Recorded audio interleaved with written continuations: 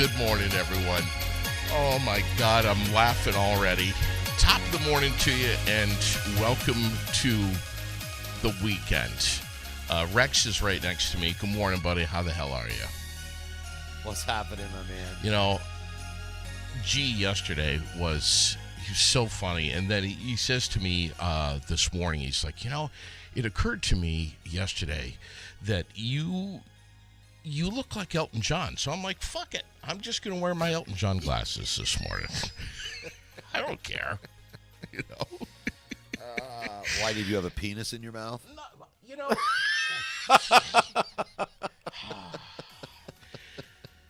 It definitely wasn't the glasses. We're at, boy, you're starting out just. I know, that was crude. You're Friday just morning. really starting right out. The thing about you and G is you guys have absolutely no filter. Zero. Yeah. Zero filter. Dude, believe it or not, like, I get hit on a lot by gay dudes. I mean, I'm flattered. I'm not a prick about it or anything like that. Yeah. Hey, thanks, just not my thing. But yeah, it's wild. They and they are way more aggressive than women. When was the last time you've been hit on by a gay guy? I'm not even going to say because it was. I'm not. Okay. Too often. Yeah. Let's just say that. Yeah. And you had to say repeatedly, I have a wife? No, I'm not going to. I know what you want me to say. You want me to say that I beat him off. No, I didn't beat him off. I wasn't mean to him. I wasn't even thinking that. What are you talking about? Oh, my God. You just like the way that sounds. We're at 22 degrees right now. We're going to get up to a whopping 25 today. Some clouds, some snow showers, mainly this afternoon late. They're saying around 4 o'clock-ish, 3 to 4 is when the snow's going to start. Just anywhere from 1 to 3 inches. But, once again, 1 to 3 inches, and we've got the winter weather advisory. An advisory! There ain't nobody advising on it's 3 inches. It's called flurries, man. Come on. Jeez, just relax. Drive Real carefully. Vermonters don't worry about 3 inches. No, I know. Just get your snow tires on, put the cell phone down, relax, and drive the right way. Right. People. Let's see. Tonight, still some snow showers down about, it's going to be cold, 17. That's not too bad. Chance of snow about 50%, another inch or so. And then Saturday, some lingering morning flurries, maybe some snow showers, clouds for the most part throughout the day, highs near 20. Saturday night is when it's supposed to be, 2 degrees? 2 degrees. Maybe 0, depending on where you are. Hot tub weather. Yeah, that's right. Can I come over? Of course you can. Seats like 8, man. Damn. I want to thank Greg yesterday. He just gave me so much joy and still has me laughing this morning from the amount of fun that we had. It was just amazing. Went over to his house and had a cappuccino. I think he may have spiked it with a little mushroom. Dude, when you wait till the story I tell you later, you're going to be like, oh, no, he definitely was drinking acid for breakfast. Tell me the story. Okay, so. It's story time with Let's Rex. Get in. Okay, I'll tell you what. I believe in every decision you make. We live in multiverses. We live in parallel universes. Every decision you make, you can choose your own path. You can choose your own destiny. But we are exactly where we're supposed to be. Right. At any given time, no matter how bad our life's going on, there's a reason why we are at that. And so even when bad things happen, if you have that mindset that there's a reason for that, whether you know the reason or not. And I don't know what religion. I don't care. I'm not really speaking religion. I'm just talking my belief. So back in the day, about 20 years ago, I was in a bad spot. I was doing shitty things. But I happened to be at a friend of mine's house, and her daughter started choking. Okay. My wife was freaking out. Her mother was freaking out. They were running to call 911 to get the ambulance. So I grabbed the kid, and I dug it out, and she was like turning blue. She was getting, it had been in there. So I pulled that out. And so last week she graduated from UVM as like a physical therapist and shit. So even though my life sucked and everything else in there, I honestly believe wherever you are in your life, you're there for a reason. It's either a lesson, there's always a reason why you're there. Yeah. So anyway, I have one of my workers is working at the church up at Lucas's gym. Okay. Yeah. The other worker didn't show up. He's in there. He's pissed off. He's trying to feed this plumbing in between some rafters and shit. He can't get it in, and he's really, really frustrated. And now he has to take a piss, and he can't even take a piss because the plumbing's all unhooked. Oh, wow. So he goes storming down into the basement. He goes, I'm just going to piss out the back door of the church. Okay. So he kicks the door open and stops dead in his tracks. A ghost. God's honest truth. He looks in the backfield. There's like a picture. There's a brick thing of Mary. It's a brick and granite thing out there. Yeah. And he says, he steps out, and there is a 3-story by 3-story man kneeling in a robe, praying in front of him. He's like, I searched for my phone. I couldn't believe it. But he goes, all of a sudden, I just became super calm. Hang on a second. 3 stories? Yeah. He's like, you couldn't see the tree line. What's a story? 6 feet? Oh, about 10. All right. A 30-foot? Yeah, he's like, you couldn't see the tree line behind him. You couldn't see through him. It was just so real to him. So whether it was, I don't care. Whether he actually saw it, other people could see it, or maybe he just saw it. But it drove me nuts. Was he drinking G's cappuccino? No, he doesn't drink. He doesn't. So this is a wild thing. Gummy? So everything came. So for him, it calmed him right down. So I was like, what does this mean? This has to mean something. There's got to be, and it could be his own. It could be in his own head. Who the fuck knows, Yeah. But there was a reason why he saw that particular image. And he's not even a church guy. He doesn't go to church. He's not. But all of a sudden, it just calmed him down and everything. So I look it up. There's only one picture of Jesus kneeling down praying. And the reason he does that is to show everybody that all humans and him, we're all equal. We all kneel to somebody else higher. Nobody is above us. So it was kind of so he was like, oh, that makes sense, because he's pissed off because he feels like he's down there all by himself.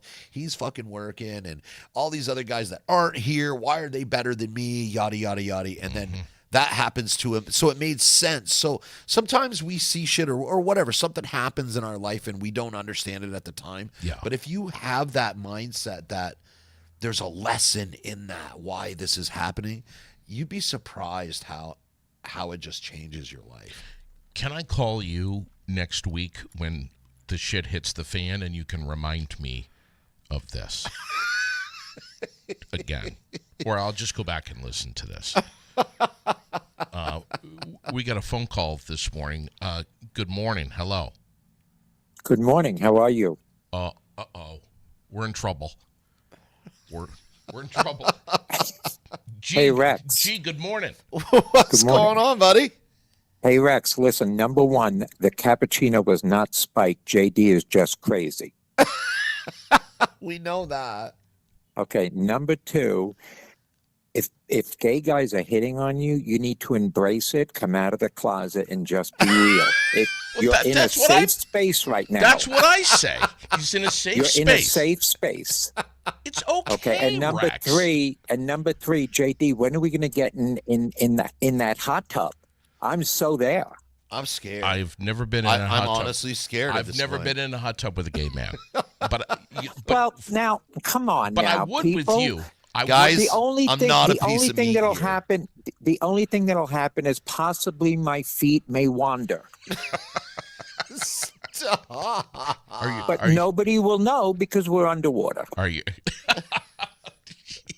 We won't know whose feet it is. Exactly. But I'm going to go out on a limb, and statistically speaking, if there's 4 guys in there, one of them's a dude that's touching you. You guys have a good day. I just wanted to clear that up. All right, you too, buddy. You know what? I forgot to tell him, and I'm going to tell you right now. Lily had painted up my toes. I don't want to take the shoes and socks off right now, but I have the most beautifully painted toenails right now. I don't want to hear it, man. I'm just telling you, I do. You should start one of them OnlyFans with picture feet. I am seriously thinking about it. Nobody wants to see my hairy toes. Every other toe, I should have done this yesterday. Every other toe is green and red, and the red has glitter in it. As every elf does at this time of the year. Right. What are you saying? You saying I look like an elf? Yeah. I've seen you in an elf suit, so it's not a stretch. You've seen me in the elf suit with no underwear. Shut up. That was back when I was fat, dude. I was huge. Did you see that picture I sent you the other day? That was 6 years ago, I know, dude. I was huge, man. No, I was getting thinner then. I want to ask you about the Battle in Barrie 5. I was not there. 5? Sorry, 15. 15? 15. Right. I wasn't there. I heard it was absolutely amazing. Glenn Brummert went, had the time of his life. That's awesome. He loved it, man. Oh, tell Glenn to get a hold of my daughter, get a hold of the page. There was something about the table or something. He's hooked. So he's trying to get a table, and my daughter wants to know if she wants him to block it off or whatever. Okay. But so talking about tables, we just opened up the tables. Are they pulling over the money truck? This looks like one of them episodes where the cop's gonna rob the money truck, and yeah. So I was thinking the same thing, and stop. I can't even talk now. What was I talking about, man? I just lost that whole thing. Oh, okay, tables. So we opened up the VIP tables last night. As everybody knows, the front row, that is for sponsors. So what our sponsors get, they pay a monthly fee. It's like $275 a month is what they pay. Okay. $200 of that goes and pays for their front row table, and then another $75 a month gets some shout outs, like the Source up there. They're one of our sponsors. Gabriel Cole, the Source up in East Montpelier. Sure. They sell just immaculate Southern Subaru cars. Yeah. They even have the computers like the dealerships have for Toyotas and foreign cars, stuff like that. But sure, it's at half the cost of dealership prices. Their parts department is like, no one's got a parts department like that. Yeah, no, Gabe's a good dude. And he's a local guy. You're buying local. The money's staying local. Mm-hmm. Same thing with our newest sponsor, Kidder's Interiors, John Kidder and them guys. I use them a lot through my own construction company. Barslow Construction. Yeah, absolutely. So when I have like large interior jobs or sheetrocking, mudding, taping, they specialize in that. So yeah, John Kidder and them guys, Kidder's Interiors. Nice. But yeah. So that's how. Oh, so the table. Sorry, that's how the advertisers, they get those front row tables. Okay, is right there. Now we started a section with them facing the long way, and it seats 8 right there. Instead of selling those as whole tables, so people can have a chance to sit down there, we're selling the individual seats. Ooh. Yeah, so you can sit down there and sit at a table, have a waitress come, and everything else right there. Front row, and you don't have to buy the entire table. Right. So if it's just, there's you and your wife, like or 5 or 6 of those tables. Oh, nice, dude. Yep. And the layout's going to be different as you. Well, so the front row, what it is going to come around. They're going to be facing this way directly, so they can only sit on this side.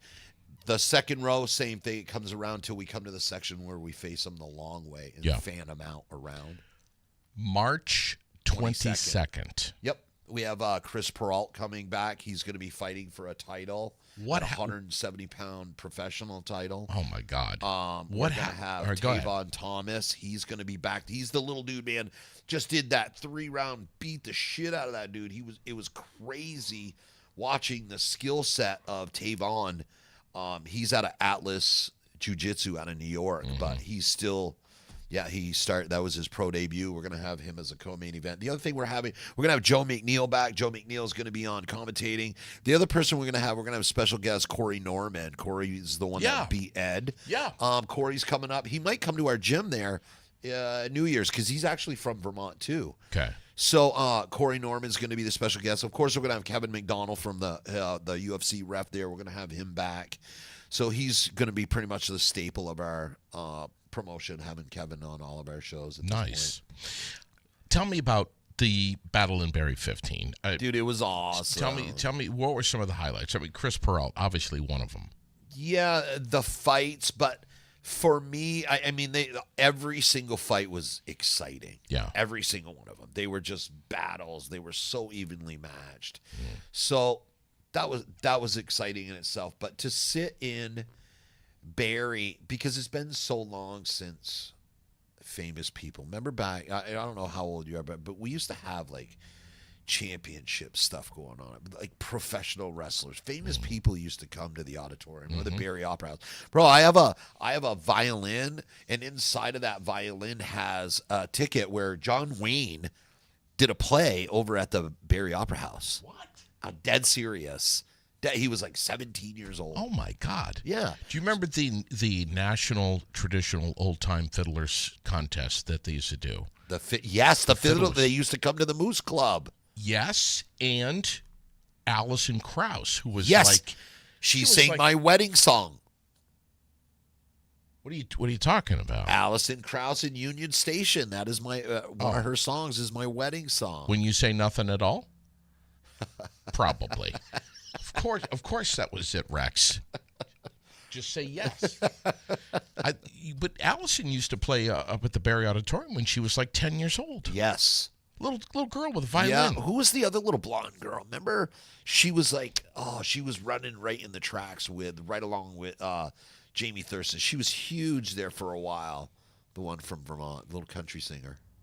Oh, Keegan Nolan? Yes. Okay. Where's she at? God, she's not a little girl anymore, dude. I know. She's probably in her 30s at least. Holy moly, now I really feel old. Chittenden County, and she's still performing. Right. We got to say happy birthday today. If you know anyone, stop me and make fun of them, all right? Whose birthday is Let's see. Sarah Ann. Some guy by the name of I know Sarah. You know Sarah? Yeah, absolutely. Known her for I know her and her brother and yeah. Some guy named Kyle Green. Yeah. Oh, that's who Kyle Green. Kyle used to work for me. Take a guess how old he is. He has a twin brother. Take a guess. What, Kyle? Yeah. 42. Ooh, very good. 43. Kimberly Quinn, Bobby Molinario. Molinario. Which Bobby? Bobby, the one I grew up with? The 29-year-old. Oh, no. Forget it. Zeb Norris is on the list today. There's a radio icon. Libby Lib. Brianna Morris. Elizabeth Cody Wong. And Lucy Libercent. Let's see. Donna Clow. Elizabeth Blakeney. And that's it. So happy birthday, everybody. Perfect. Yeah. What went down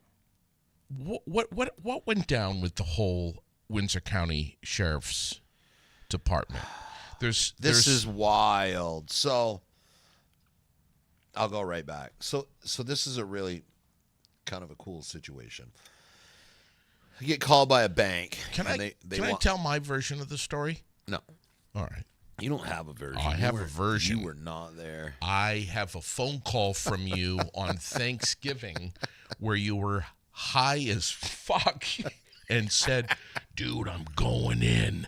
And I'm You're like, so full of shit. I'm like, Rex, what are you talking about? All right, go ahead. All right, so Tom, the bank calls. They want me to winterize a house. I was like, yeah, no problem. We can do that for you. And they're like, well, there's kind of a problem. I was like, oh, what's the problem? They said there's people squatting in there, and we think it's like heavy drug activity, like it's a trap house. I was like, oh, shit. Okay. So what do you need? She's like, can you coordinate with the Windsor County Sheriff? So I talked to Tom Batista down there, and he's like, we don't really know what we're walking into because, and I was like, is this the house where the two guys got killed? Like, he's like, yeah, we don't know what's going on in there. We don't have, information, but we just know that they're in there. And I'm like, all right, cool. So, we'll go up there with you. Soon as he's like, we're gonna go in the house. We'll clear the house. I was like, yeah, that's not a problem. This is Vermont, man. So we all meet at Pump and Pantry. I have my crew with me. And I'm like, I hope there's a fucking retarded drug dealer in there that wants to shoot at us so that we can. I haven't been in a firefight in a long time, but I'm thinking, as a guy, as every single guy in the world, they have all these cool, like, Bruce Willis scenarios going through. You're going to, like, save the cops. You know what I mean? Every guy thinks this way. Just, sorry, wives, this is what goes through our brains. So you're hoping something cool guy happens, and we get there. And so we roll out. There's they bring a whole bunch of sheriffs. We have our guys. They roll out. It looks like a convoy going out of the Pump and Pantry. My guys stay down at the pull off. The cops go up first. I roll up with them. Not what we were expecting. Some guy comes out. You can obviously tell that he's sick. He's I remember seeing it with my mom. He was pill sick. He was, you know what I mean? And I was like, so he doesn't really know what's going on. He's just knowing, like, he's getting thrown out of his house. Here we are a few weeks before, Christmas. And he's like, I got to call the people that are living here. We've been paying this lease, and we got this going on. So he calls, and the guy's like, well, I got to change my tires. I got to do this. And I was like, hey, man, obviously your buddy isn't concerned and knows this was coming. And I said, so you could tell your buddy that he doesn't have to come up here, but when he does come back, everything's going to be screwed shut. All the windows and doors, everything's going to be screwed shut.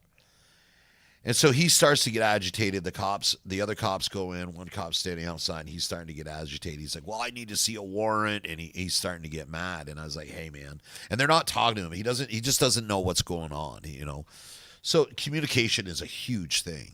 And I just said to him, I was like, this is what's going on. There's a writ of possession. The bank owns this. Nobody else owns this. And he goes like, well, where's the warrant? I was like, it's stapled to the wall right there. It's a writ of possession. And I said, you have every single right to contact legal aid. You should contact legal aid if you feel this is, wrongful eviction or whatever, man. Those are your rights. But getting amped up and trying to fight with these guys here isn't going to help it. So he calms down. We go inside to start to shut up the. Was it just you and Windsor County Sheriff's Department, or there was the Windsor County Sheriff's Department? The bank was there, and then there was all of my guys from my crew with the materials and stuff like that. So the cops go in there, and then my guys come up. The meter socket gets pulled. We get in there. There's no running water. It was a fireplace. I don't know how they had power going. They had extension cords everywhere. But we went upstairs, and that's when we saw, like, the baby bassinet. That's where there was the boxes of diapers. And I was like, and they were like, oh, let's just lock it out. I was like, I'm not doing that. They need their car seat. So that's when the humanity kicked in. That's when the reality of the situation. Like, now you think to yourself, these people dropped their kids off at school today, and then they came home to no home, and they have to figure something else out. Not only that, but then DCF was called. So they lost their home, they lost their kids, and it was so that's the shit. Like, I get that the cops are desensitized to this shit because they see it every day. But that's the human side of it. And if you have any kind of empathy, it's hard to see, especially, with innocent kids and stuff like that. Like, you need a license to drive a truck. You need a license for anything, But you can have kids, man. Anyone can have kids, and you keep popping them kids right out.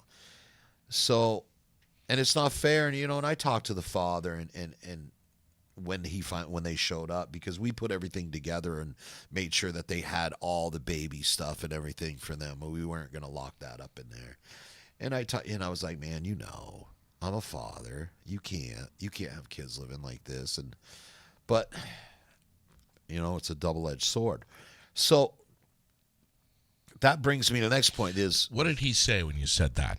Nothing, man. He knew. What can he say? He was disabled. He was doing what he could do. But so this is what, he was a Vermonter, and he was scrimping and scraping, living with no water, but he was making it. He was doing, when I grew up, 3/4 of my family was shitting in buckets, living in old trailers with a fireplace, with a wood stove. That's how they got by. Those were real Vermonters, because they didn't want to accept welfare. They didn't want to get on government programs. That's not what they did. So that's what leads me to the homeless thing that we have going on here right now. There is a list. So when day one, us and Hawaii are the only two states that day one, when you show up in Vermont, you can go to DMV, you can get a license, you can go to the state place up here. And I hate that, but they all know the process. It's day one. They can go up to the building and they can start applying for benefits. The McFarland they can go building? The McFarland building. They go up there. They can start economic services. Yep, they can start getting. They can apply for SNAP. They can apply for housing. They can go right over to the homeless shelter. They can stay right there. Day one, no residency requirement. So what that did was that overloaded our system. Now we have people like this real Vermonter, and I know of 2 other Vermonters, who can't even get on the waiting list for housing because there's an entire list of people that came here for our benefits. Over 5,000 people right now came here just to get housing and food stamps that have contributed nothing to our city. And then we're up here evicting real Vermonters that are not in the system and just trying to make it without asking for a handout. So it's hard. Our housing situation is getting worse. It's not getting better, and we need to demand from our legislatures that we are helping real Vermonters. I would suggest a 1-year residency before you get any of our homeless benefits. I don't know. Why is it like that? Do people not know that this is a requirement? So not only am I going to tell the homeless on this path to make this, I'm going to tell the constituents right now. You call your representative and ask them to propose a bill. You lobby your representative. It's actually really, really easy. Their cell phones are on their websites. Call them at home. You cannot do that as a lobbyist, but as a constituent, call them. Send them emails. Get a petition together. This is the way. You cannot change the system. You have to learn the system. And the system's really easy. You could change this one thing. This one thing is just by getting the residency to, at a minimum, 6 months, so that we can spend that money, that federal money that we're getting, on actual Vermonters that need our help, because the actual Vermonters are getting left behind, and the out-of-staters that are coming here for our benefits are jumping to the head of the line because they have no problem. They're like, they know how to fill out for the system. They're on it. I see it all the time. I see it constantly on social media that Vermont is the go-to state. Yes. For a lot of things. Right. It's the go-to state for drugs, and okay, so that's you understand why that happened. It's also the go-to state if you want to get slapped on the wrist too and be back out on the street. But more to the point is, I grew up around here. I understand the drug trade.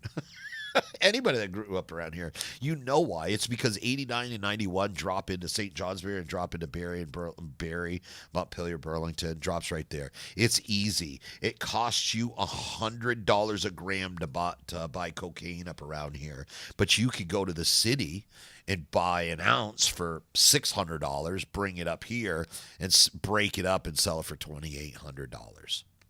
There you go. Same thing with heroin. Whatever. I don't know what the bag prices are for the heroin or whatever, but it's a quarter of it in the city. So that's why they mule these kids. They send women. They send, drug addicts. Here you go. We're going to send you down. And it's 89. It's 91. It's a health crisis. Throwing them in jail ain't fixing it, is it? I was part of the drug war in Central America. Like, nothing has changed. It's gotten worse. And when was that? 1992, 1993. Long time ago. Yeah. Yep. We were down there chasing Pablo Escobar. I mean, I didn't know that's what we were doing at the time. Drug Task Force just did a huge bust in Burlington in a hotel with a couple of guys from PA that were running a major.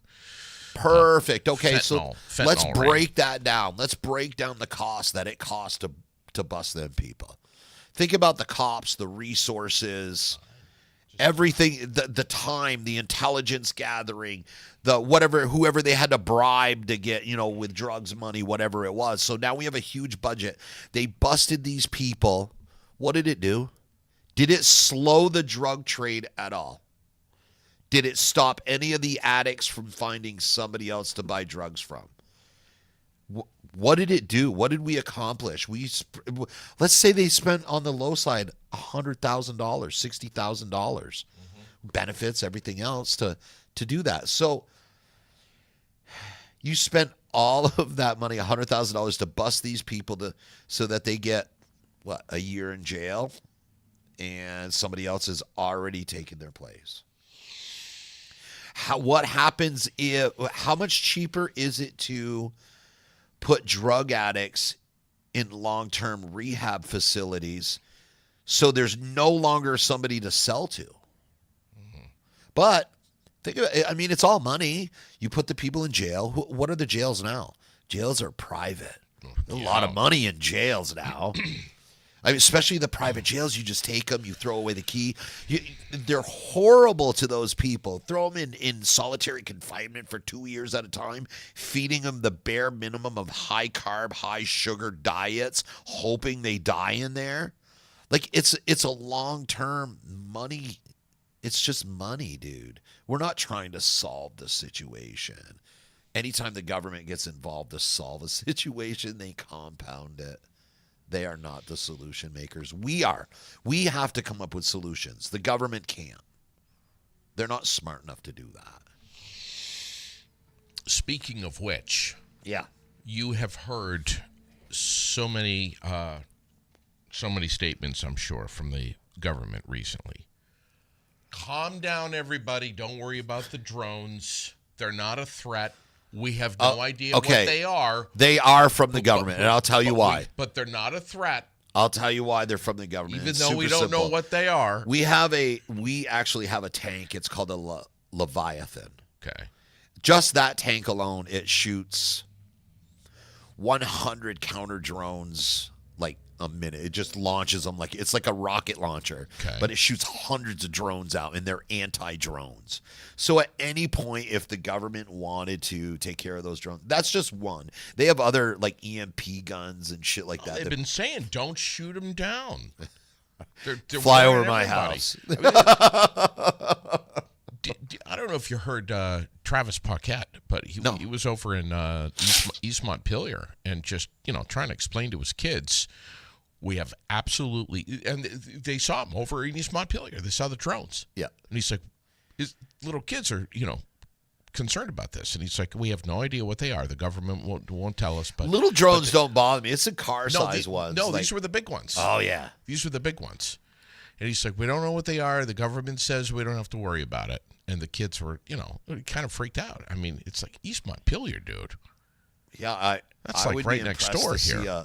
See a car size. I see a car size one. I'm definitely. Are you going to take a shot at it? Hey, no, absolutely not. But for informational purposes, a pistol only goes about 600 feet in the air. I wasn't a talking shotgun about a only pistol. goes 900 feet in the air. But a high-powered rifle will go thousands of feet. So, for informational purposes only, of course. Yeah. But no, I definitely would not shoot at a government drone over my home.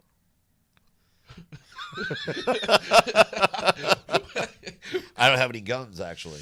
Yeah, well, of course not. Yeah, you'd have to borrow mine. Right.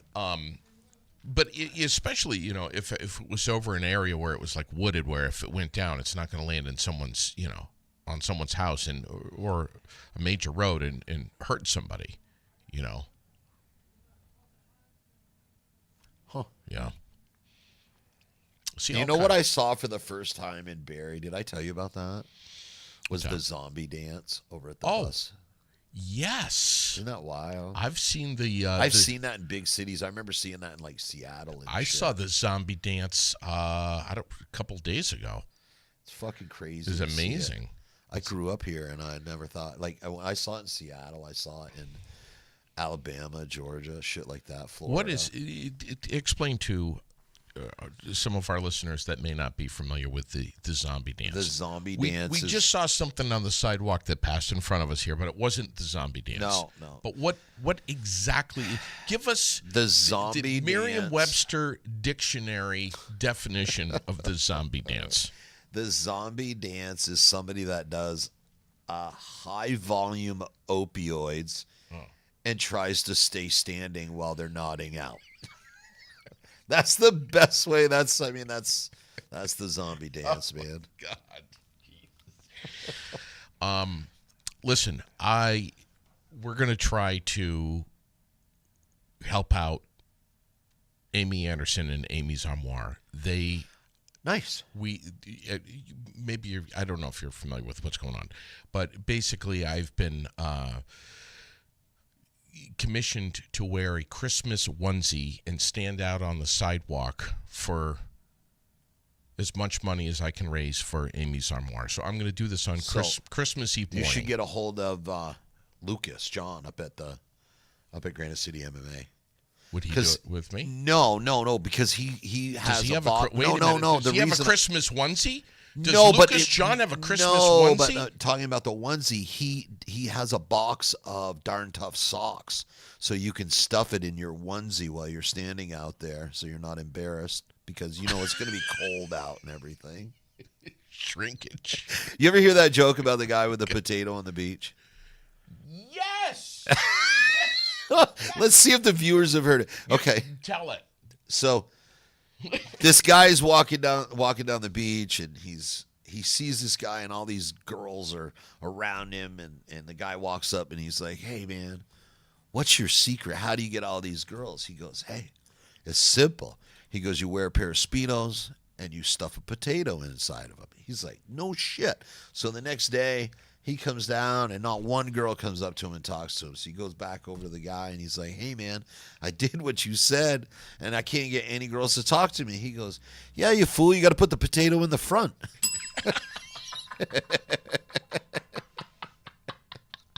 That's just an old-time dad joke. I still love that. I do too, man. Francine and a few others here want to know what happened to your buddy Dante.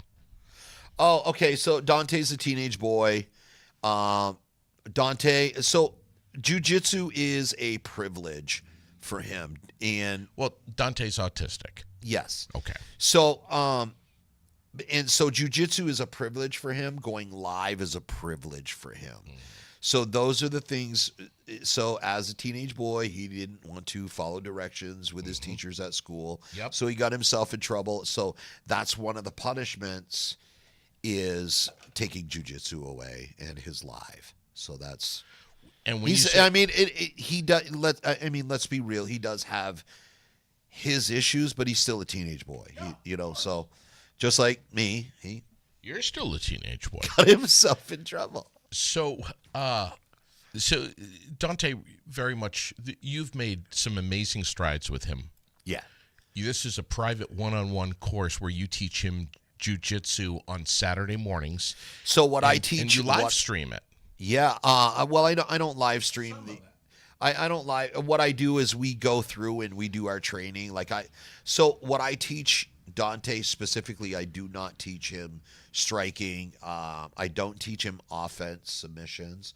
We only teach him how to get away from people, because he doesn't have the capacity to know when to strike and when not to strike. Sure. So you need to be, and that's something like when it come up through martial arts, that's everybody, even the Gracies.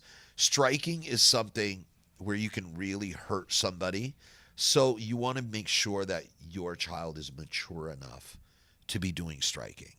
For example, the Gracies don't even start. They teach their kids wrestling.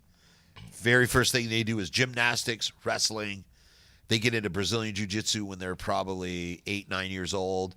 Then they get into striking when they're 16, 17 years old. Okay. So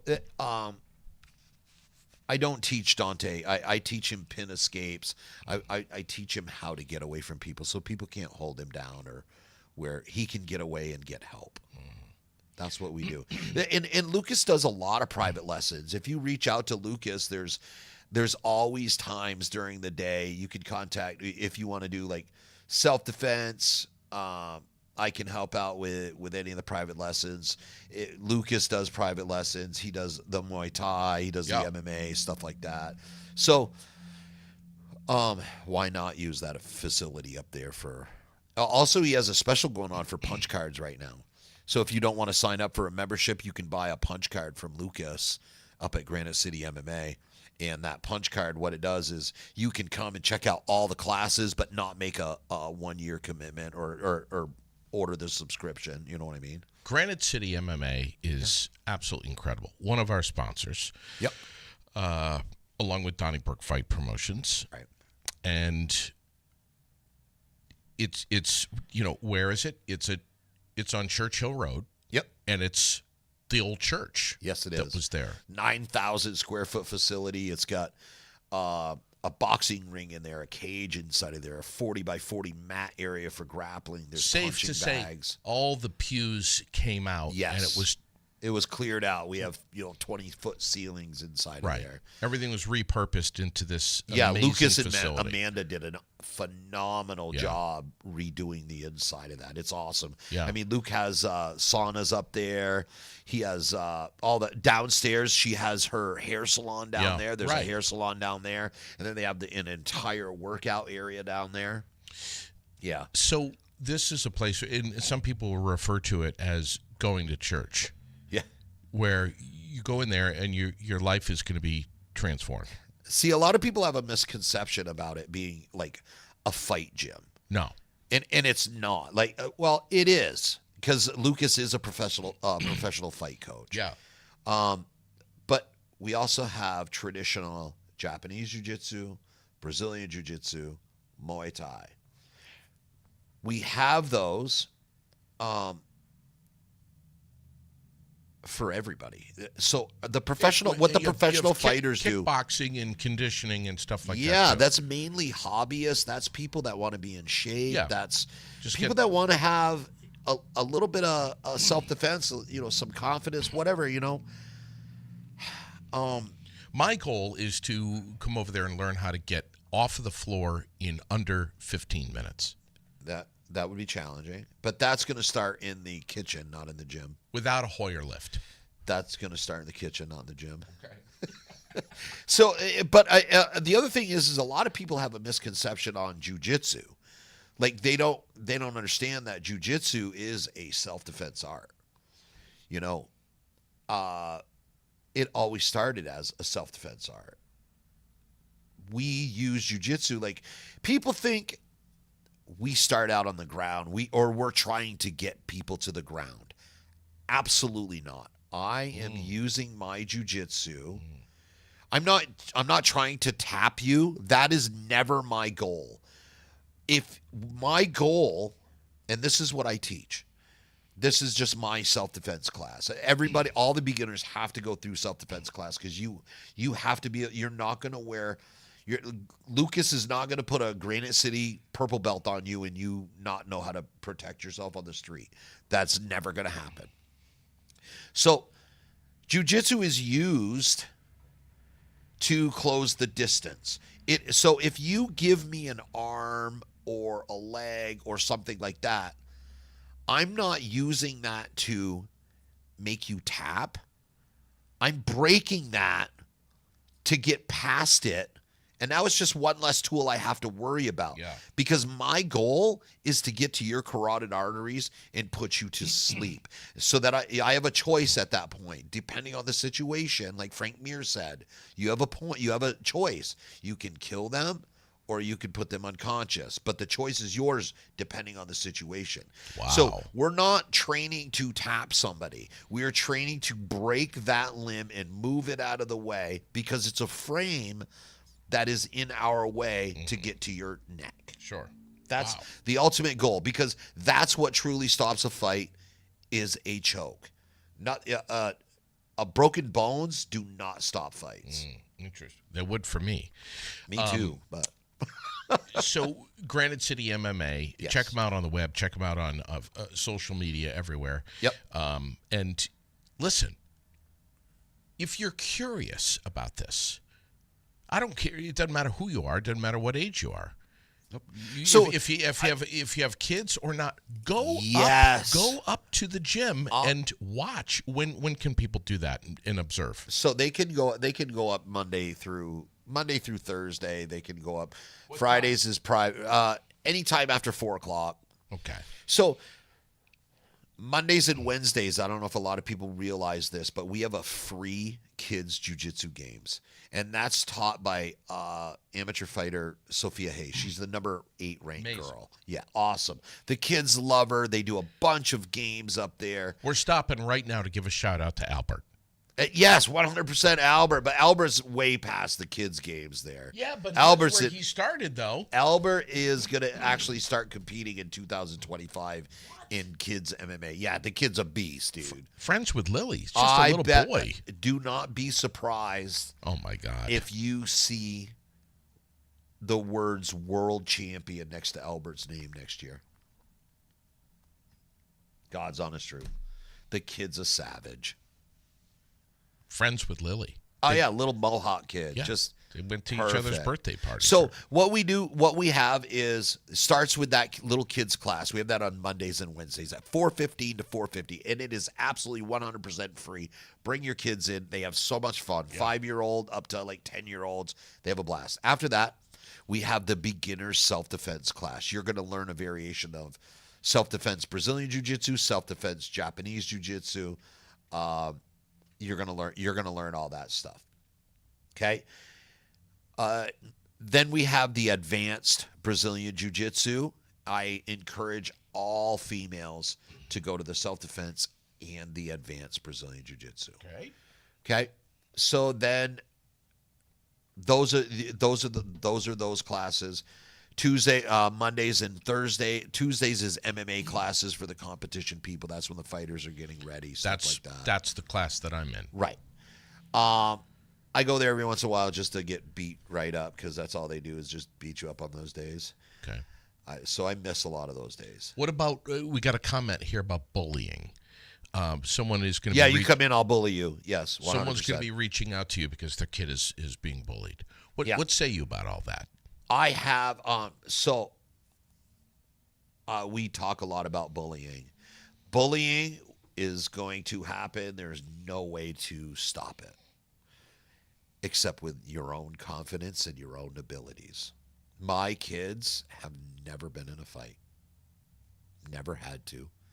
They can look at kids and laugh in their face. They have no problem. They will make a bully cry and they never have to throw a punch. Just having the confidence and knowing your skill set. Like just the other day, we had a big, huge white belt come in. And I was like, wonder how I'd do against him. Oh, we found out. I did quite well. So, but that's the type of people you're going to run into on the streets. Right.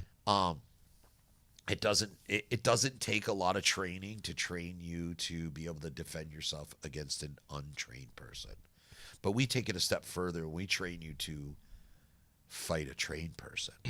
So you also train kids to not go looking for a fight, not go looking for a problem, but to get away from it. Fights happen because of ego. And as a kid, ego is, biggest culprit. Oh, it's hard. Even to this day. But coming into the gym, what happens is you start rolling, you start sparring with savages that know how to fight, and you start being able to keep up with them. Then you realize that kid in school, you're like, the kid that's smoking a cigarette in the bathroom, trying to, he's smoking weed, he's failing class, maybe he's drinking during the day, but he's a bully. And he's a bully because he has no parents at home. His parents are bullies to him. There's always a reason why a bully is a bully that has to do with their home life. So you start looking at them people and you're like, really? I train every single day. What is that guy going to do to me? Nothing. Maybe they get a cheap shot on you, hit you and knock you down, something like that, But have that confidence to know that and walk away and just I can do that now. Literally laugh it off. I can do that now as a brown belt. I couldn't do that as a blue belt. And congratulations to you. You just got your black belt. I did. Thank you. Yes, wow, I got my black belt in Japanese jiu-jitsu. So that's the other thing that we'll be doing is on Friday nights. I think I have about 4 or 5 people, but I want 5 more people, and I'm going to start teaching. It's an ancient art that the samurais learned.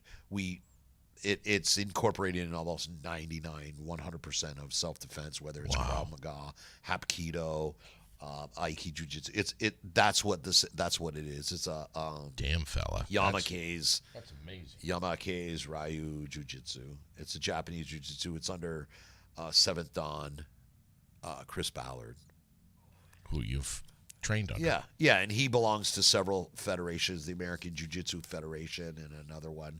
So it's an actual art that the samurai. I use a sword, a bow staff. That stuff's not practical. But what we do is we take that ancient art and we know it works. How do we know that it works? Well, the samurais used it in hand-to-hand combat, killing people with it. So it's battle tested. So we know it works because it's worked.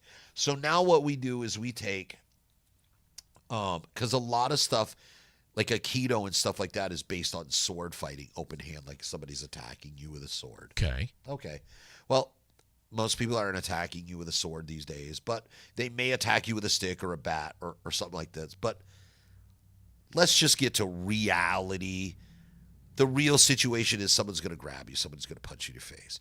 So we apply those techniques, the concepts of those, and we apply them for real life situations today. So, for example, traditional Japanese Jiu-Jitsu Aikido would teach Kotogaishi off of a punch, and they would and the guy would pretend that it's coming through, and then you would reach back and you'd grab Kotogaishi and you flip him back. Well, the concept of Kotogaishi absolutely 100% works. The situation, the scenario that they're making it work in will not work in a real fight. Yeah. So that's why the jiu-jitsu is based on real life. So the way that we do it is Kotogaishi. I use the concept of Kotogaishi, but we do it by a grab. Somebody's really mad at you. They grab you by your collar and they twist and they want to scream in your face. Yeah. So now what I'm going to do is I'm going to break your wrist and I'm going to throw you with that Kotogaishi. All because you grabbed me there. So we will drill it like that. We will drill somebody coming up from behind you to put a rear naked choke on you. We're going to drop Shianage, or a rape choke from the front. I love those. And I've seen those happen in real life in bars before. So, because that's the most primal thing. A guy will get so angry that they choke somebody. It happens to women. So what I teach them is the nastiest throws or wrist breaks from those positions. Same thing. Now we move to on the ground, a rape choke. Somebody is sitting on top of you, choking you. You have 3 seconds to get the fuck out of there before you go unconscious. So we drill it so you can perform it under pressure in under 3 seconds. I'd like to do that with you. We'll roll a camera. I'm going to try to rape Rex Thompson. So We'll see how that goes. Well, so the saying, and it mortifies Will White every time I tell the kids in the kids class. Did I just say that? If one man can hold you down, 2 men can rape you. Okay. We're getting asked. We're getting asked about the kids' nights again. Yes. Somebody didn't catch the times. Mondays and Wednesdays at 4:15. Okay. Come check it out. They have so much fun up there. They really do. Get your kids into that. Get them into that gym life. And I don't care. Freddie has a great kids program too. But we need to start as a community. We have to get our kids into stuff. Start them something early, some sort of sports, wrestling, combat. And I mean combat sports, whether it be wrestling, whether it be jiu-jitsu, something where they can be humbled, something that is real. Not the Xbox. No. It's not even that. If you leave a child idle, his friends are going to come up with things for him to do. Sure. So why don't you just I know it sucks, the time schedule and stuff and the sacrifices we have to make for our kids, but I'm telling you, you really want your kid addicted to a gym life versus the opioid life. And I really believe that. We have some disappointment in our listeners this morning that today is National Ugly Christmas Sweater Day today. Oh, I didn't even know that. And well, obviously, I mean, you're wearing a boring white shirt. I'm wearing a black shirt. I'm so sorry to disappoint. Do you have an ugly Christmas sweater at home? No. Okay. I never participated in that stupid shit. We have 5 days to Christmas. That's like a rich white person thing. What's that? The whole Christmas. That's like where all the yuppies would go, and they'd be like, your fucking Abercrombie Fitch fags, all them guys. 11 days to the new year, Rex. Are you going to be? And it's also National Sangria Day today. Dude, no fucking way. I love sangria. I used to drink a gallon of that and get on Facebook and troll people. My wife would be so mad. I would sit right in the computer. Right, I was like, I'm just going to buy 1 gallon, Brenda. I'm not going to drink the whole thing. I drink. You put some fruit in there, and I would love the Carlos, whatever it was they sold right at Hannaford's. It just, I used to love that shit, man. It's the only wine I drank too. Is all the shopping done? Are you ready for Christmas? No, I'm probably going to head out Monday or Tuesday to do my Christmas shopping. Okay. Monday or Tuesday. Tuesday's Christmas Eve, Bob. Yeah. Okay. That's usually when I get all my shopping done. Yeah. I'm a man. I'm not a woman. I don't need to walk in a store. I go, boom, buy it. There it is. Buy it. I don't need hours to walk around the store. I don't. That's shopping. No. You don't shop. Men go with a purpose. You go there to buy shit. Men go with an impulse. Yeah. Looks good. I think she'll like it. Sold. Female, toaster, vacuum. There you go. Perfect. Was that really just said on Aired Out? I'm not getting laid again for another month. Now we got Rodney. I hope she's not watching. Rodney Nowak's tuned in now. Oh, no way. Little Rodney. Yeah.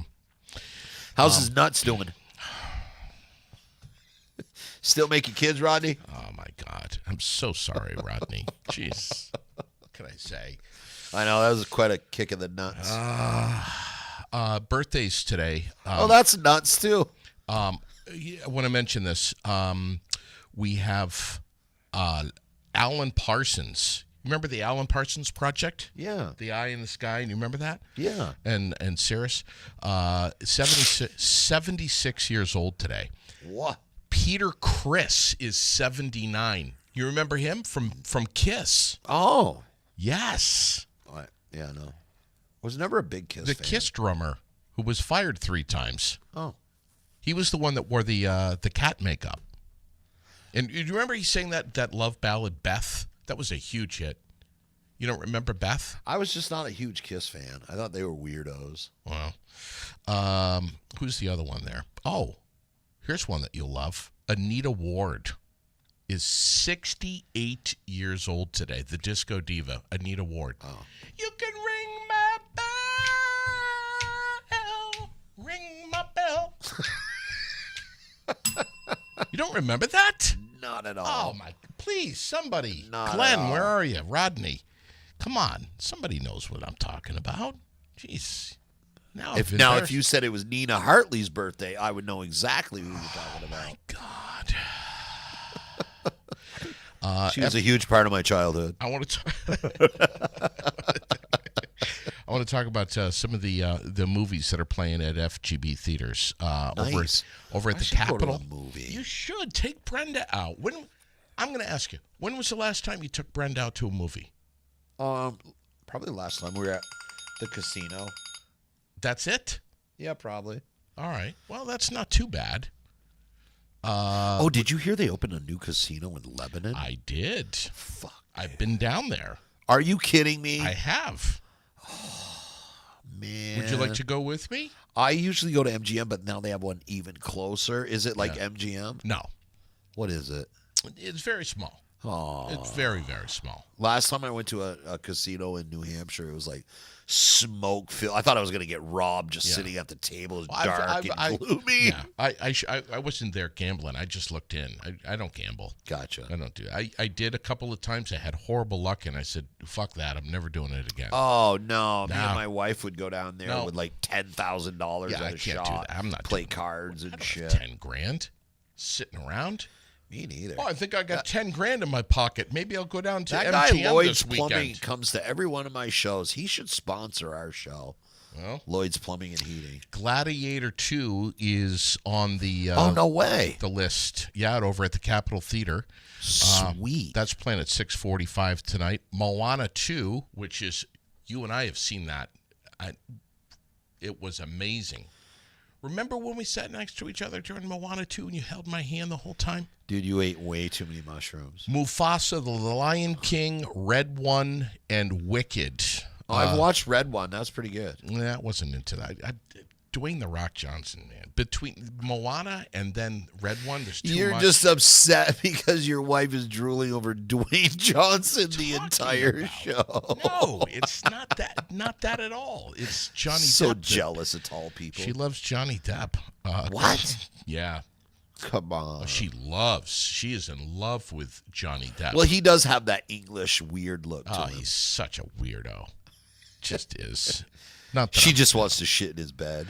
Fire Inside is coming soon, along with Complete Unknown. And then at the Paramount, Kraven the Hunter and Sonic the Hedgehog are playing tonight, 6:30 and 6:35. So go out to the movies, FGB theaters. You can get your FGB card.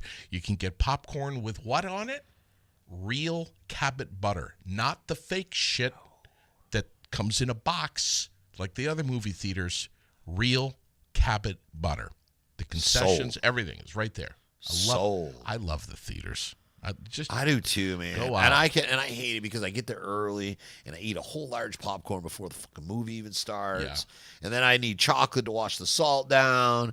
And then of course you're like fucking soda, and I don't ever eat that shit. And I am so sick when I leave that I can't stop myself from eating it.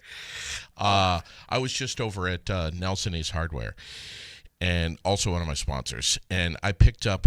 Hey, is that Bob Nelson right there? I can't see out the. Wearing a hat? Yeah, it is. That's Is Bob it? Nelson going in right there. I picked up the most amazing thing. Do you have one of these? Do you have one of? I have 3 of them. Actually, I have. What is it? 4 of them. These are the new these bulbs that you screw them into your light. You run your light normally. You know those have been out for a long time. They're light bulbs. Edison created them. That's not what I'm talking about, damn it. These charge up while your light is on, and then when you lose your power, the second you lose your power, these turn on automatically. So I've got 4 now. They're amazing. This is like one of the most. Why didn't we invent something like this, you and I, Rex? I don't know, man. Remains on even without We power. weren't in that universe. That was the different parallel universe where we did invent that. And we're rich out on a yacht with a whole bunch of young girls in fucking bikinis. That's a different universe. But we had to sell our soul in that universe. $13, best $13 you'll spend. Get one of these. They're right there at the counter. $13 for a light bulb. Yeah, but buddy, it turns on automatically. So do I. Ask my wife. So that assholes like you who are sitting on the couch, probably No, stoned, that's not bad, man. you lose your power and you're, oh. Dude, me and my blind Shih Tzu would find our way. What am I going to do? I would follow Ralphie around the house. Jesus. Oh, my God. Dude, so Yeah. let's talk politics. Oh, God. Greg, can I just preface here? Yeah. Little disclaimer. I say to Rex almost every time, Rex, we're not talking about politics. Oh, we're going to talk about it. And he Let's says, talk about the Dewey. Oh, look at Okay. That's a sign, a Dewey pile. Let's talk about politics. That is a definite sign. What? When a truck goes by on the side of it says Dewey pile, you know we should talk politics at that point. Go ahead. Okay. God damn it. So it's funny, it's funny watching people not see the cycle that's going on. It's the same fucking cycle that's happened for I don't even know how long. Okay? So you have it you have the two-party system right now. The Democrats knew that they were going to lose a certain amount of seats during this because they had the most amount of seats during this election up for grabs. But they didn't lose as many as they thought they were going to. So that made sure that the GOP didn't have a supermajority. So you have all these people out here going, oh, my God, my side lost, or oh, my God, my side won. And there's these extreme emotions on both sides of it. Then you have all these politicians up on the Hill and the media people. The very next day after the election, they're like, oh, it's not really that big of a deal. It's, this is why. And you're like, well, what do you mean it's not that big of a deal? Well, so now, because they understand the cycle just started again, and that's all it did. The people always blame whoever is in power. Well, right now, the GOP is in power. That's right. They decided not to learn the system, and instead, they put people in that are not necessarily qualified, but don't understand the system, want to buck the system. So it creates a dysfunctional system. It creates chaos. They don't have a supermajority to pass any major legislation. Yep. So now the Democrats, they need the Democrats, just like the omnibus bill. What's going on right now with the omnibus bill. They sat down, they negotiated a bipartisan deal to extend it out through. Elon Musk came out, the president, Elon Musk, and Vice President Trump came out, and they said, well, first President Elon came out and told us he didn't want that bill. So then Vice President Trump came out and said, yeah, I agree, don't do that.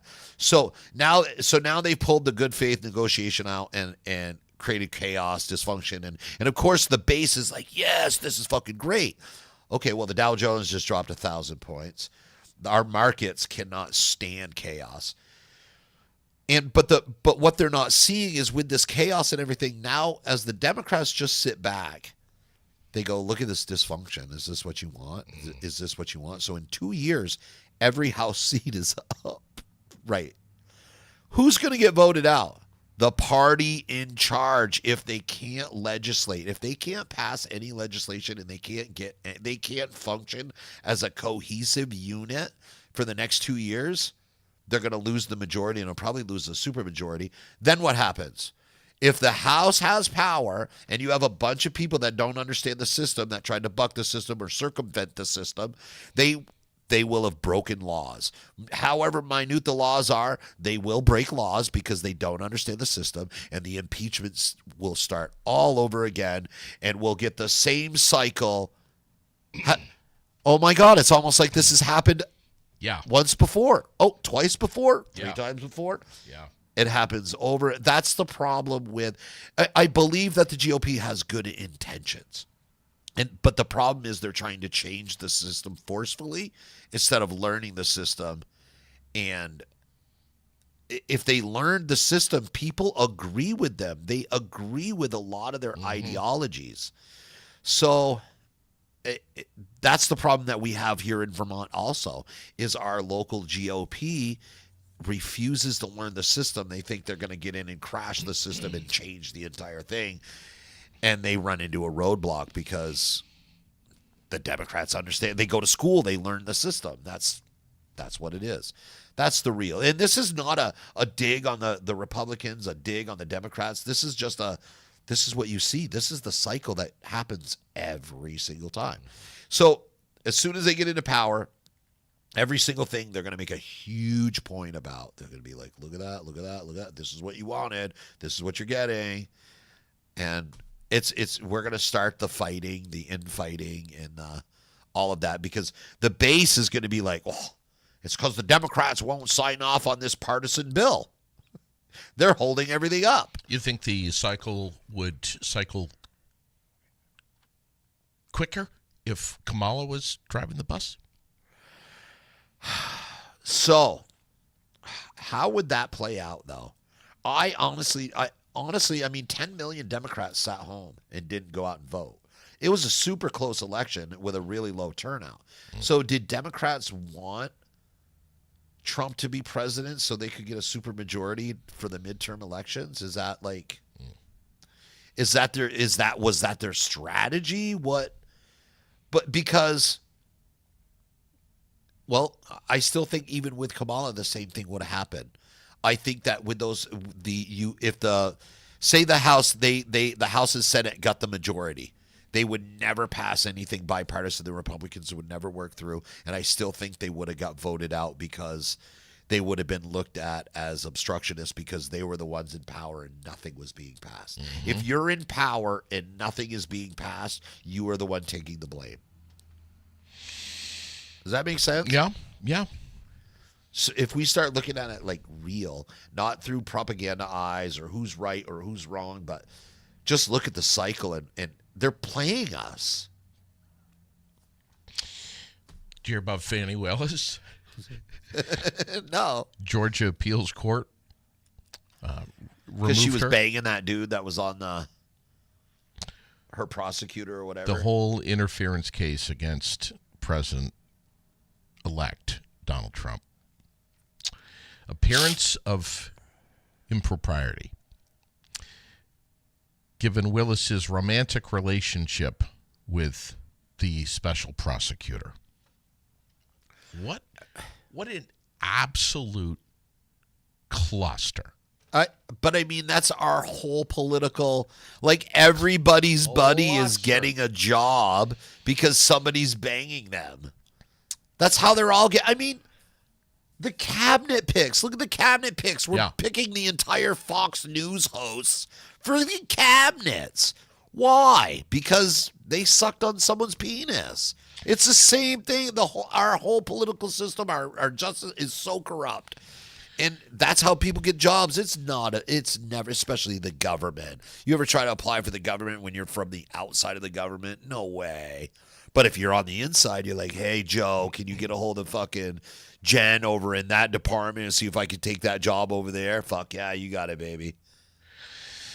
The FAA has temporarily banned use of low-flying drones in 21 New Jersey towns. Remember, shotguns will not reach above 600 feet. Including near power substations, military installations, and airports. Well, it shouldn't be used. Dude, they were flying over military bases. There's no way in hell those are not government drones. Amazon workers striking across 7 U.S. delivery facilities over labor contracts. 4 in California, which is the hub. You know that. That's where all the boats are coming in. And 1 each in New York, Georgia, and Illinois. And I said yesterday to G, somebody was planning that. They planned this out. Hey, I got a great idea. Let's go on strike a few days before Christmas. Yep. Why does that happen, though? You ever think about that? No. But I mean, are your workers loyal to you? No, they're not. Why is that? My workers, and I guess maybe it's because I'm smaller in my business, but my workers, the way I view my workers and everybody that works for me is if they are starving, it's because I'm starving. I'm not sitting at a long table with gold plates and shit, eating my meals while my guys are panhandling on the side of the street or, begging the government for food stamps. I get service industry. I get all that, but I mean, it boils down. It's a double-edged sword. The CEOs, the elites are so far out of touch from their workers. It's not even funny. As we see from the CEO that got killed, the elites are fucking scared of that. Mm-hmm. I mean, it's because you've become so. Our politicians and our elites have no clue. They don't understand. They tell us a bunch of bullshit, but they never grew up. Imagine Donald Trump trying to change a fucking tire. Yeah. Like, that's the reality. These are the people that are ruling us. These are people that have never lived, never worked in the trenches. Mm-hmm. I do this with my son, both my kids. I relate to my guys because I worked in the trenches. So my kids, my son, I've made work in the trenches with that guy with my guys because he needs to know. Right. You have to have empathy for your workers. Without that empathy for your workers, you have no loyalty. When shit hits the fan, who's the first people to get killed? Right. The ones that are out of touch. Yeah. Yeah. Out of touch. You want to be that big? You want to be that out of touch? There's consequences. So you can whine that they pick and chose and they backed you into a corner, but how come there's no loyalty with your employees? Mm-hmm. My guys would never do that to me. I could call my guys today and be like, guys, I am so fucking broke. I can't pay you payroll this week, but I'll put on a tool pouch and I need to finish this job and I could use a hand, and every single one of my guys would show up and help me finish that job. Wow. I don't doubt it. I bend over backwards. I don't doubt that. I don't, my guys don't come to me and like, oh man, I blew all my money doing, whatever. Bought a ball this weekend and a hooker, and I don't have any money for food this week. Can you loan me money? Yeah, you know what I would do? I would absolutely loan you money. I'd take it out of your paycheck at the end of the week. But when they come to me, they're like, hey man, I was on my way to the work and my fucking transmission blew and I don't have $600. Guess what? I pay the $600, make sure that they have a truck. So I have guys that are loyal to me. If I can afford it and I can afford to help them, you're fucking right. They're the first people I help. Loyalty's everything, man. 100%. You can tell so much about a fucking person on whether they have loyalty or not. Yeah. Loyalty is huge. And that's why I'm at Granite City. It's just the loyalty, the friendship. That loyalty is huge, man. Tells a lot about somebody's integrity. Yeah. You know what I mean? Yeah. If you're, and this situation, our family got screwed over for, $10,000-$15,000 between gear, cash, money from somebody because they saw that they were like, oh, this is easy. I can do this on my own. And they took all of our stuff to try to create their own thing. Like, bro, we helped you. You would have zero. We fucking helped you get your start. Nobody would even know who the fuck you are without us. And it was like, but I can make more money if I burn you. So to me, what does that tell you about somebody when they do that? They're willing to take the person that helped them get their start, get them everything they need, and fuck them, bend them right over a table and dry fuck them in the ass. That's what our world is coming to. And for me, I want to be that petty. I want to turn around and I want to do that to people so that I can get ahead. And I have to consciously think to myself that I'm being tested. My faith is being tested, that not to be a piece of shit. Do not let somebody else change me.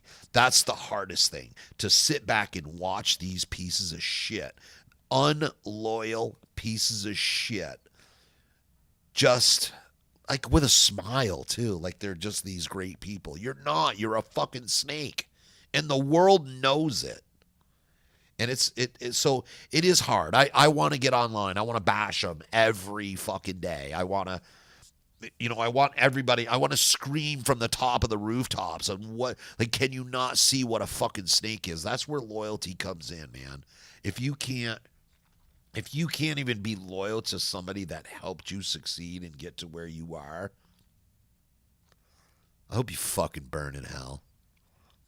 That's where you're going. When you have to step on everybody to get to the top, it's pretty lonely up there. If you have to use weak people and prey on them to get to where you are, fuck you. That's how I feel. That's my life. I live by that. Well, your guys that work for you at Barslow Construction are extremely loyal to you. Yes. As a matter of fact, you guys are over tearing my house apart right now. Yes. 100%. We're going to tear a ceiling down. I got 3 guys up there. They're working through the weekend because I got to get over to another project that we're doing for VHAP to get the floors down starting Monday morning. We got to get that done. So we're just working. I've got a lady that's living in a camp with no fucking water. We are building her house. We've got it almost wired. We've got the rough in. I'm ordering the insulations because I got another crew working over there throughout the weekend to get insulation in so we can get her at least moved in. Give a shout out to throw some names. Who are the team members that are over at my house right now? Jimmy. We got Jimmy Mahoney, Tura Ruel, Jason. I don't remember Jason's last name, honestly. Jason Luttrell, that's his name. We got those guys. Tura, Kara, sure. Kara Fassett from, Kara Williams. Yep. From the Washington store. It's their daughter. They're great workers. They really are. That's the little Finnish crew. I keep them inside because Jimmy's old and limps around. And sure. He doesn't eat right, so he's overweight. So I try to keep him inside. He's a lot like you. Yeah. Don't listen. Is his prostate okay? I doubt it. All right. That's probably he's going to be right near the toilet. So you know who we got to give a shout out to? I wonder if he's even watching. Big Kenny. We got to get Big Kenny on here for the stories, bro. His stories. Kenny was in a lot of several outlaw motorcycle gangs. I was in one with him. He went on to be into one of the largest motorcycle gangs in the world. He's a crazy fuck. That guy knows about loyalty. He understands what I'm talking about. But he's a funny guy. Next week. Let's try to get him in. We'll get him his one leg. We'll get him. He'll get his ass in here. Me and him will punch each other. I love his wife. She's great. I flirt with her every time I'm around her. I've gone into the VIP area for Donnybrook Fight Promotions, Battle and Bury, the back entrance of the auditorium, and Big Kenny's sitting there. And I'm like, it's funny. He's got one leg. He tries to fight with people and shit. Well, he's still got it in him. I'll be like, hi, I'm JD Green here. I'm supposed to be on the VIP list. And Big Kenny will go like this. He'll go, what's your name? My name's JD Green. Rex sent me. I'm supposed to be here. I'm supposed to be with Rex. I know Rex Thompson. Bro, I'm telling you right now, I was in a situation in a bar not too long ago. This was it happened to be at a funeral, and I'm not going to get into the details, but there was starting to be like an issue, and I remember I turn around and there's Kenny standing there with a crutch because he's got one fucking leg and a knife in his hand. You good, bro? Yeah, I'm fucking good, Kenny. Don't stab anyone. It's not like you can run out of here. We're gonna get the fuck away. Just don't stab anyone. I'm good, man. I can handle myself. You sure, bro? I was like, yeah, I'm sure, man. I love Big Kenny. Him and his wife Julie, they're awesome people. Listen, shout out to the battalion last night that was part of Operation Santa's Convoy. 86th Battalion who came through. Oh, 86th Brigade, yeah. It used to be Alpha Company back when it was a mountain unit before we had that little they changed it after I got out of there. They changed it. They put that They're mountain. I had the A with the mountain tab. Yeah. They have the deer head and all that shit now. Well, they came through here last night with Santa Claus. They had a big, big convoy. Santa was riding up high, though, behind the glass. I think he was freezing his ass off and had the heater on his feet or something. But they came through here about 5:30 last night on North Main Street. It was amazing. There's tons of stuff that's going on this weekend.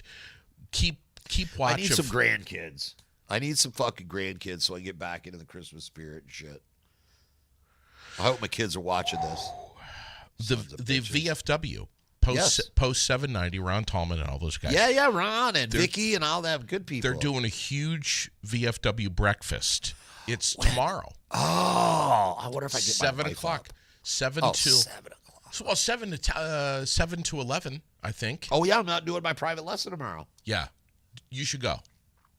You should go. I usually don't eat before I go get punched in the face. Have you ever seen Ron Tallman flipping flapjacks? Guy's good. He knows what he's doing. I've seen Ron Tallman flip-flop. Have you seen Ron Tallman flip-flops? I love Ron. He's a good dude. But there's so much going on. Just keep watching the Aired Out page. We'll be sharing up all the community happenings this weekend. There's tons of stuff. And I know that a lot of you are going to be out doing last-minute Christmas shopping and whatnot. Try to buy local if you can, please. 100%. Always buy local. Yeah, Gabe Cole is saying he wants grandkids too. You guys are asking for a lot of problems. I know, Gabe gets it. You're asking for problems. No, we're not. Wait, I need a grandkid. Right now I have a puppy, and it's just not the same. I love my puppy. Is that a puppy? Well, she's full grown now, but she's only 3.2 pounds. I was going to bring her too, but man. Why didn't you bring her? I will. I'll bring her next show so that people can see Athena. Athena is what, 6 inches long? Oh, yeah. She's... Oh, my God. She sleeps with me. I wake up every morning.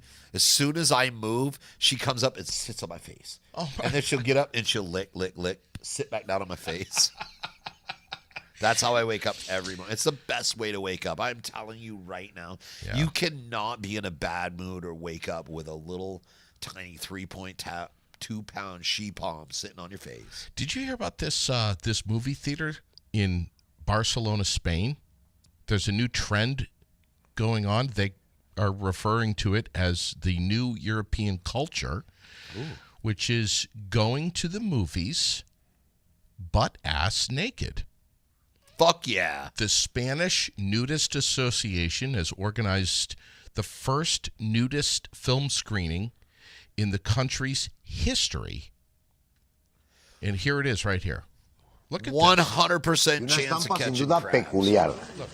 La hemos visto hoy en un cine en Barcelona. Gente así como llegó al mundo para ver una película. Old people. It's like the old guys from the YMCA locker rooms and shit. Get the fuck out of here. They're all butt ass. Remember that when you'd be over at the pool and you'd always have that one weird old dude standing naked in the fucking locker room? That's what that looks like. That is not the new culture. That's a bunch of old hippies going to the movie theater naked.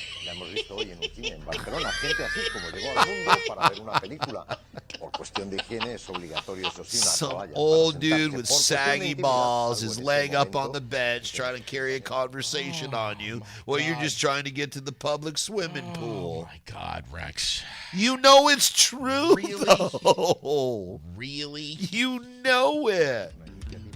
Where did there's got to be some new old dude that doesn't know. Every time. They just don't care. It's freaking... Is it just the Spanish is over there? Is it, or is it just everywhere? They just do this in Europe. Just like everybody's free-balling over there. Well, they've been around a lot longer than we have. You know what I mean? They don't view, like, we view naked people as, like, bad. Taboo and shit. Yeah. Nobody, like... Should we do a naked podcast? Do I get the fluff first?